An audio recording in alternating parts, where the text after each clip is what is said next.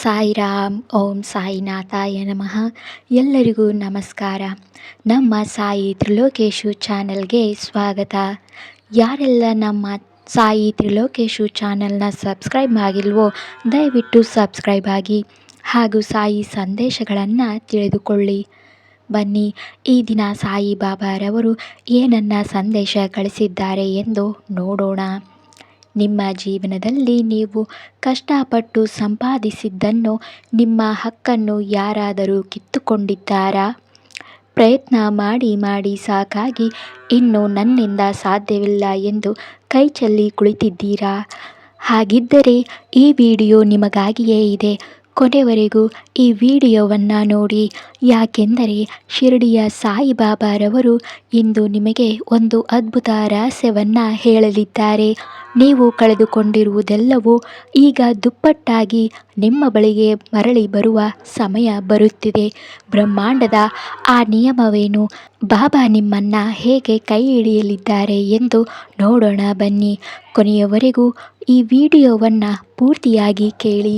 ಬನ್ನಿ, ಸಾಯಿಬಾಬಾ ಸಂದೇಶ ಏನಿದೆ ಎಂದು ಕೇಳೋಣ. ಈ ಜಗತ್ತಿನಲ್ಲಿ ಯಾವುದು ಶಾಶ್ವತವಾಗಿ ಕಳೆದು ಹೋಗುವುದಿಲ್ಲ ಎಂಬುದು ನಿಮಗೆ ಗೊತ್ತೇ. ಯಾವುದು ನಿಮಗೋಸ್ಕರ ಇದೆಯೋ ಅದು ಎಂದಿಗೂ ನಿಮ್ಮನ್ನು ದೂರಾಗಲು ಸಾಧ್ಯವಿಲ್ಲ ಮತ್ತು ಅದನ್ನು ಯಾರೂ ಕಿತ್ತುಕೊಳ್ಳಲು ಕೂಡ ಸಾಧ್ಯವಿಲ್ಲ. ಸಬ್ಕಾ ಮಾಲಿಕ್ ಏಕ್, ಎಲ್ಲರಿಗೂ ಒಡೆಯ ಒಬ್ಬನೇ ಎಂಬುದು ಶಿರಡಿ ಸಾಯಿಬಾಬಾರವರ ವಾಣಿಯಾಗಿದೆ. ನಿಮ್ಮ ಕರ್ಮದ ಫಲವಾಗಿ ನಿಮಗೆ ಸಿಗಬೇಕಾದ ಹಕ್ಕು ನಿಮಗೆ ಸಿಕ್ಕೇ ಸಿಗುತ್ತದೆ. ಇವತ್ತಿನ ಈ ವಿಡಿಯೋ ತಮ್ಮ ಹಕ್ಕು, ತಮ್ಮ ಕಠಿಣ ಪರಿಶ್ರಮ ಮತ್ತು ತಮ್ಮ ಕನಸುಗಳಿಗಾಗಿ ಹೋರಾಡಿ ಸುಸ್ತಾಗಿದ್ದ ಜನರಿಗೆ ಮಾಡಲಾಗಿದೆ ಎಂದು ಬಾಬಾ ನಿಮಗೆ ನಿಮ್ಮ ಭವಿಷ್ಯವನ್ನೇ ಬದಲಾಯಿಸುವ ಒಂದು ರಹಸ್ಯವನ್ನು ತಿಳಿಸಲಿದ್ದಾರೆ. ನಿಮ್ಮದಾಗಿರುವುದು ಎಂದು ನಿಮಗೆ ಇನ್ನಷ್ಟು ಹತ್ತಿರ ಬರುತ್ತಿದೆ ಎಂದು ನಂಬಿ. ನಾವು ಹಲವು ಬಾರಿ ಗಾಬರಿಯಿಂದ ಬಾಬಾ ಇಷ್ಟೊಂದು ಯಾಕೆ ಸಮಯ ತೆಗೆದುಕೊಳ್ಳುತ್ತಿದ್ದೀರಾ ಎಂದು ನಮಗೆ ನಾವೇ ಪ್ರಶ್ನೆಯನ್ನು ಹಾಕಿಕೊಳ್ಳುತ್ತೇವೆ. ನೆನಪಿಡಿ, ಪ್ರಕೃತಿಯು ನ್ಯಾಯ ಒದಗಿಸುವುದರಲ್ಲಿ ಎಂದಿಗೂ ಆತುರವನ್ನು ಪಡುವುದಿಲ್ಲ.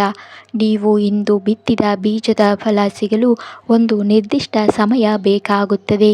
ನಿಮ್ಮ ಪರಿಶ್ರಮ ಎಂದೂ ವ್ಯರ್ಥವಾಗುವುದಿಲ್ಲ. ನೀವು ಪ್ರಾಮಾಣಿಕತೆಯಿಂದ ಗಳಿಸಿದ ಅವಕಾಶಗಳು, ಯಶಸ್ಸುಗಳು ಅಥವಾ ಸಂತೋಷಗಳು ಬಾಬಾ ಅವರ ಸುರಕ್ಷಿತ ತಿಜೋರಿಯಲ್ಲಿ ಭದ್ರವಾಗಿವೆ.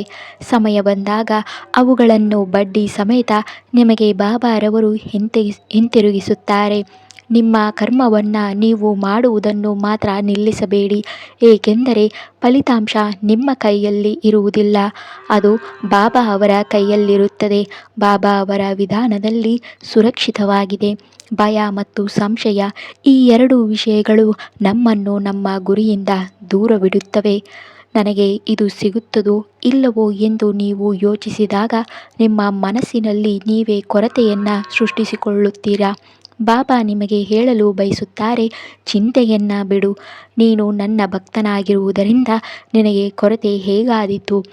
ಯಾವುದು ನಿಮ್ಮದಾಗಿದೆಯೋ ಅದು ಈ ಬ್ರಹ್ಮಾಂಡದಲ್ಲಿ ನಿಮ್ಮ ಹೆಸರನ್ನು ಹೇಳಿಕೊಂಡೇ ಮುಂದೆ ಸಾಗುತ್ತಿದೆ. ಯಾವುದೇ ಪರಿಸ್ಥಿತಿ, ವ್ಯಕ್ತಿ ಅಥವಾ ಅಡ್ಡಿ ಆತಂಕಗಳು ಅದನ್ನು ನಿಮ್ಮಿಂದ ಬೇರ್ಪಡಿಸಲು ಸಾಧ್ಯವಿಲ್ಲ. ನಿಮ್ಮ ಆತಂಕವನ್ನು ನಂಬಿಕೆಯಾಗಿ ಬದಲಾಯಿಸಿ, ಏಕೆಂದರೆ ಗಾಬರಿಯಾಗುವುದೆಂದರೆ ಬಾಬಾ ಅವರ ಯೋಜನೆಯನ್ನೇ ಅಪನಂಬಿಕೆಯಿಂದ ನೋಡುವುದು ಎಂದರ್ಥ. ಕೆಲವೊಮ್ಮೆ ನಮ್ಮ ಕೆಲಸಗಳು ಅಡೆತಡೆಗಳು ಏಕೆ ಬರುತ್ತಿವೆ, ಏಕೆ ಪದೇ ಪದೇ ಬಾಗಿಲುಗಳು ಮುಚ್ಚುತ್ತಿವೆ ಎಂದು ನಿಮಗೆ ಅನ್ನಿಸಬಹುದು. ಆದರೆ ಬಾಬಾ ಅವರ ದೃಷ್ಟಿಕೋನವೇ ಬೇರೆಯಾಗಿರುತ್ತದೆ. ಅವರು ನಿಮಗೆ ಅಡೆತಡೆಗಳನ್ನು ಉಂಟು ಮಾಡುತ್ತಿಲ್ಲ, ಬದಲಿಗೆ ನಿಮ್ಮನ್ನು ಸಿದ್ಧಗೊಳಿಸುತ್ತಿದ್ದಾರೆ. ನೀವು ಪಡೆಯಲಿರುವ ದೊಡ್ಡ ಸಂತೋಷ ಅಥವಾ ಯಶಸ್ಸನ್ನು ನಿಭಾಯಿಸಲು ನಿಮ್ಮ ಸಾಮರ್ಥ್ಯವು ದೊಡ್ಡದಾಗಬೇಕಲ್ಲವೇ? ನಿಮ್ಮದಾಗಿರುವುದು ನಿಮ್ಮಿಂದ ದೂರ ಹೋಗುತ್ತಿಲ್ಲ, ಬದಲಿಗೆ ಸರಿಯಾದ ಸಮಯ ಮತ್ತು ಸರಿಯಾದ ಪರಿಸ್ಥಿತಿಗಾಗಿ ಕಾಯುತ್ತಿದೆ. ತಾಳ್ಮೆಯಿಂದ ಇರಿ, ಏಕೆಂದರೆ ನಿಮಗಾಗಿ ಮೀಸಲಾಗಿರುವುದು ನಿಮಗಿಂತ ಉತ್ತಮವಾಗಿ ಬೇರೆ ಯಾರೂ ತೆಗೆದುಕೊಳ್ಳಲು ಸಾಧ್ಯವಿಲ್ಲ. ಬಾಬಾ ತಮ್ಮ ಸಮಾಧಿಯಿಂದಲೂ ಇದೇ ಸಂದೇಶವನ್ನು ನೀಡಿದ್ದಾರೆ. ಯಾರು ನನಗೆ ಶರಣಾಗಿ ಬಂದಿರುತ್ತಾರೆಯೋ ಅವರ ಎಲ್ಲವನ್ನೂ ನಾನು ನೋಡಿಕೊಳ್ಳುತ್ತೇನೆ. ಅರ್ಹತೆ ಕೇವಲ ಹಣ ಅಥವಾ ಪದವಿಯಿಂದ ಬರುವುದಿಲ್ಲ, ಅದು ನಿಮ್ಮ ನೀಯತ್ತು ಮತ್ತು ಶುದ್ಧ ಮನಸ್ಸಿನಿಂದ ಬರುತ್ತದೆ. ನೀವು ತೋರಿದ ಪ್ರಾಮಾಣಿಕತೆ ಮತ್ತು ಮಾಡಿದ ತ್ಯಾಗದ ಪ್ರತಿಯೊಂದು ಕಣವು ಬಾಬಾ ಅವರ ಲೆಕ್ಕಾಚಾರದಲ್ಲಿದೆ. ಶಕ್ತಿಯು ಎಂದಿಗೂ ನಾಶವಾಗುವುದಿಲ್ಲ ಎಂದು ಬ್ರಹ್ಮಾಂಡದ ನಿಯಮವಾಗಿದೆ. ನೀವು ವರ್ಷಗಳಿಂದ ಕಷ್ಟಪಟ್ಟು ಈಗ ಸಕಾರಾತ್ಮಕ ಫಲಿತಾಂಶಗಳಿಗಾಗಿ ನಿಮಗೆ ಜೀವನಕ್ಕೆ ಮರಳಿ ಬರಲಿವೆ. ಇದು ಕೇವಲ ಸಾಧ್ಯತೆಯಲ್ಲ, ಅಚಲವಾದ ಸತ್ಯ. ನೀವು ನಿಮ್ಮ ಗುರಿಯ ಹತ್ತಿರ ಬಂದಾಗ ವಿಷಯಗಳು ತಾವಾಗಿಯೇ ಸರಿಯಾಗಲು ಪ್ರಾರಂಭಿಸುತ್ತವೆ. ಕಳೆದ ಕೆಲವು ದಿನಗಳಿಂದ ನಿಮಗೆ ಯಾವುದಾದರೂ ಒಂದು ಹಳೆಯ ಘಟನೆಗಳು ನೆನಪಿಗೆ ಬಂದಿದೆಯೇ? ಅಥವಾ ಅಪರಿಚಿತ ವ್ಯಕ್ತಿಯ ಮೂಲಕ ಏನಾದರೂ ಒಳ್ಳೆಯ ಸುದ್ದಿ ಸಿಕ್ಕಿದೆಯೇ? ಇವೆಲ್ಲವೂ ಬಾಬಾ ನೀಡುತ್ತಿರುವ ಸಂಕೇತಗಳು. ನಾನು ನಿಮಗಾಗಿ ಕೆಲಸ ಮಾಡುತ್ತಿದ್ದೇನೆ ಎಂದು ಅವರು ನಿಮಗೆ ಭರವಸೆಯನ್ನು ನೀಡುತ್ತಿದ್ದಾರೆ. ನೀವು ವರ್ಷಗಳಿಂದ ಯಾವುದಕ್ಕಾಗಿ ಪ್ರಾರ್ಥಿಸುತ್ತಿದ್ದೀರೋ ಅದನ್ನು ಪಡೆಯುವ ಹಾದಿಯಲ್ಲಿ ಈಗ ಮುಕ್ತವಾಗಿದೆ.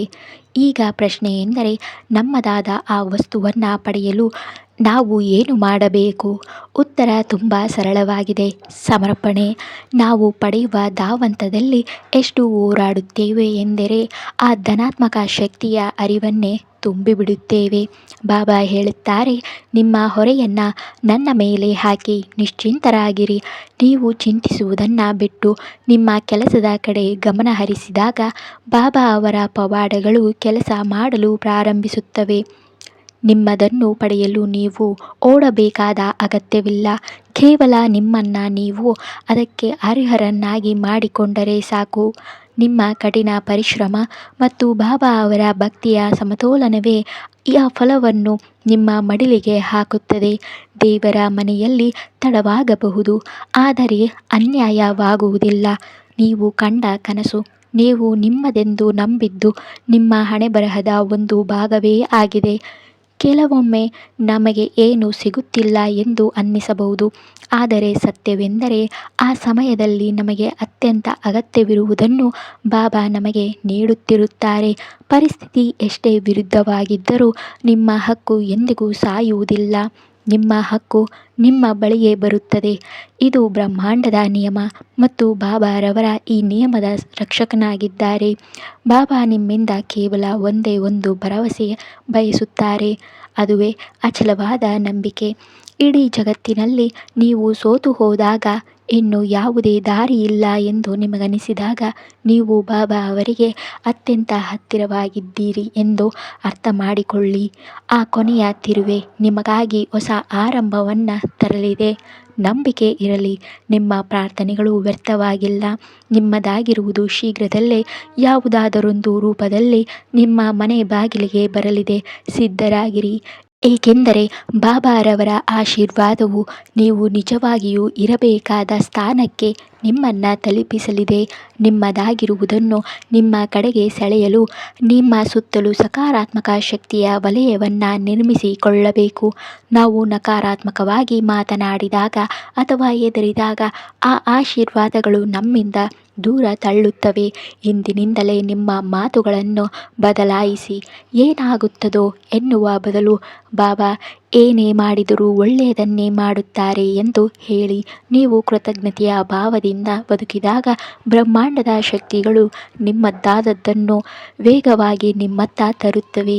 ಶಾಂತವಾದ ಮನಸ್ಸು ಮಾತ್ರ ಬಾಬಾ ಅವರ ಸಂಕೇತಗಳನ್ನು ಕೇಳಬಲ್ಲದು. ತಾಳ್ಮೆ ಎಂದರೆ ಕೇವಲ ಕಾಯುವುದೂ ಅಲ್ಲ, ಕಾಯುತ್ತಿರುವಾಗಲೂ ನಿಮ್ಮ ಆತ್ಮವಿಶ್ವಾಸವನ್ನು ಉಳಿಸಿಕೊಳ್ಳುವುದು.